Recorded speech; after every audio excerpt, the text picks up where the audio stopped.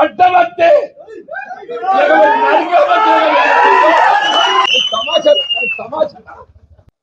టికెట్లు పంచుకుంటానికి ఏదైతుందో ఇది నీ అయ్యే సొత్తు కాదు, అబ్బ సొత్తు కాదు అంటున్నాను. ఇది నీ అయ్యే సొత్తు కాదు, అబ్బ సొత్తు కాదు అంటున్నాను. ఇది మా కాంగ్రెస్ కార్యకర్త హక్కు అని చెప్పంటున్నా. కాంగ్రెస్ పార్టీ అంగట్ల సరుకు కాదు అని చెప్పంటున్నాను. రేపు రాబోయే మున్సిపల్ ఎన్నికలు ఒక్కటి కాదు,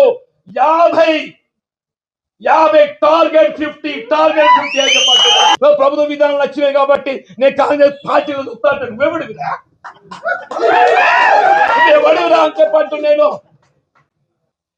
కాంగ్రెస్ పార్టీ అంతర్గత వ్యవహారాలలో జోక్యం చేసుకుంటే మాత్రం సహించేది లేదు అని చెప్పంటున్నా.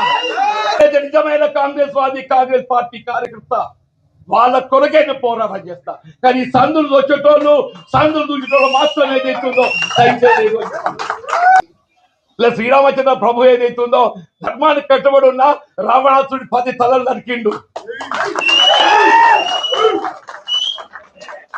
రావణాసుడి 10 తలలు నరికిండు. నువ్వెంత నీకు ఒక్క తలకాయ ఉంది.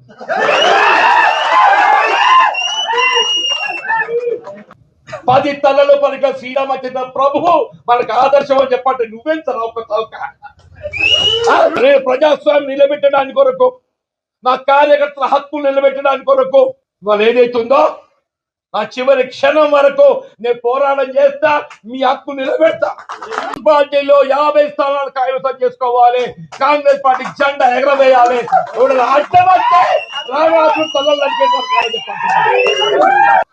ఇవాళ పాండవులు అటువంటి అజ్ఞాతవాసం చేసింది.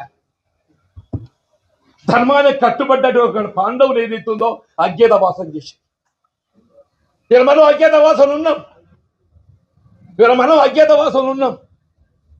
పాండవులు కూడా మళ్ళీ మంచి దినాలు మన కూడా మంచి దినాలు వస్తాయి చెప్పారు. వాళ్ళు ఏదైతుందో మీకు నేనండా, నాకు మీరండా. మనకు కాంగ్రెస్ పార్టీ అన్న